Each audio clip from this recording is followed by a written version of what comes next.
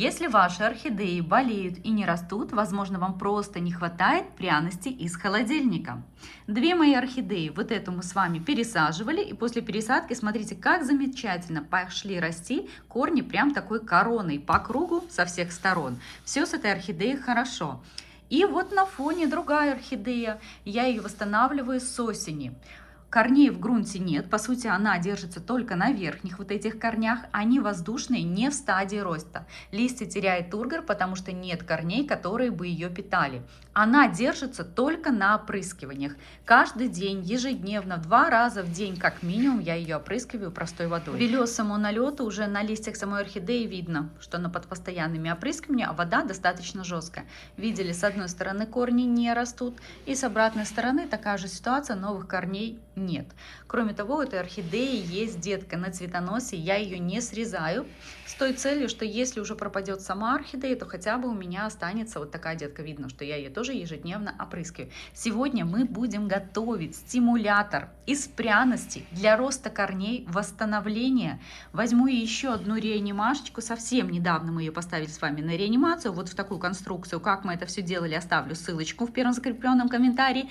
Эта орхидея тоже ежедневно опрыскивается и поливается, причем такой достаточно горячей водой. И смотрите, наверное, меньше, чем за месяц, видите, уже пойдет расти корень. Вот эти две орхидеи мы будем с вами стимулировать и помогать, чтобы была вот такая у нас красота. Что же я имею в виду под пряностью из холодильника? А использовать мы с вами сегодня будем замечательную пряность, это корень имбиря, который нам помогает стимулировать рост новых корней, а также предотвращает появление гнилей, грибковых заболеваний, гнилей и плесени. То есть, когда орхидеи не растут, может быть вялотекущее заболевание, с чем нам поможет также справиться имбирь, простимулировать. В составе, кстати, очень много калия, 415 мг на 100 грамм продукта, и фосфора, а это значит, что и корни должны расти, а в том числе и для нецветущих орхидей можно провести эти процедуры с целью заложения цветочных почек. Давайте готовить. В первую очередь нам надо натереть имбирь на терке, либо просто порезать мелкими-мелкими кусочками. Я взвесила, у меня вот этот кусочек весит 50 грамм. Совсем небольшой такой берем клубень, и я натираю на достаточно мелкую терку. Хорошо трется. После того, как я его натерла, этот имбирь, у меня получится 2 столовые где-то ложки. Так.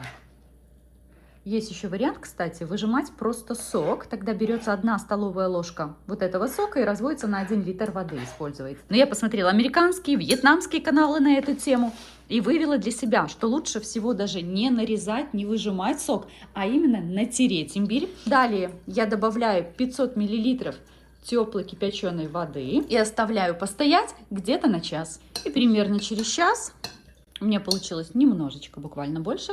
Я переливаю через ситечко. Вот, у меня внутри ситечко здесь стоит. Буду наливать. Сейчас. Переливаем.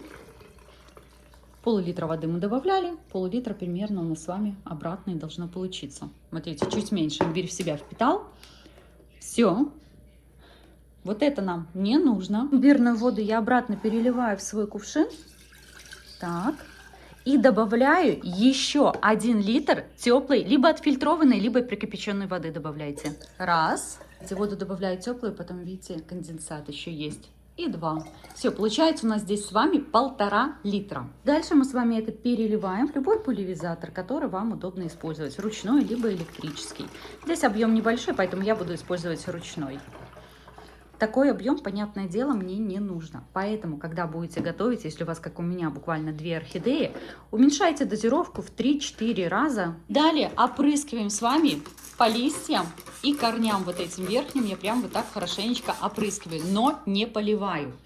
Такую обработку для здоровых, хороших орхидей можно проводить профилактически, так как он обеззараживает и борется с гнилями 1 раз в месяц. Если это реанимашки, ослабленные орхидеи, слабенькие, без тургора, то 1 раз в 7 дней. Я сейчас буду делать такие обработки раз в 7 дней на протяжении месяца, а потом поделюсь с вами результатом. Как я вам говорила, я всегда хорошенечко детку обрабатываю, С обратной стороны, тоже по листикам, сейчас я все здесь обработаю.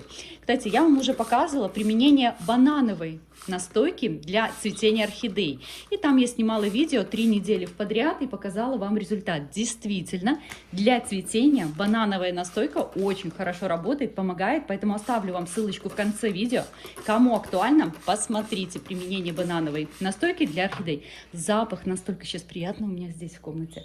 Одну орхидею, видите, я обрабатываю очень сильно. У меня прям с орхидеей капает. Если вы боитесь обрабатывать орхидеи, особенно новички, лучше протирайте по листьям. Так, чтобы на листочках прям влага оставалась, отступайте 2 сантиметра от точки роста и протирайте обильно-обильно по листочкам. Я эту орхидею опрыскиваю так уже, почти полгода, как вы видите. Где-то я вам уже в рилсах показывала эту орхидею прям с-под крана, вот так. Под струю воды ставлю и поливаю, промываю листики. Такой у нее полив. Поэтому мои орхидеи приучены. У меня очень тепло и сухой воздух. Они у меня просыхают моментом. Еще, если у вас в точке роста остается вода, минут через 10 любым бумажным полотенцем, бумажной салфеткой обязательно промокните вот эти все пазухи, чтобы вода у вас не стояла. У меня обычно за 10 минут это все просто уже просыхает. Вот так. Все, обильно.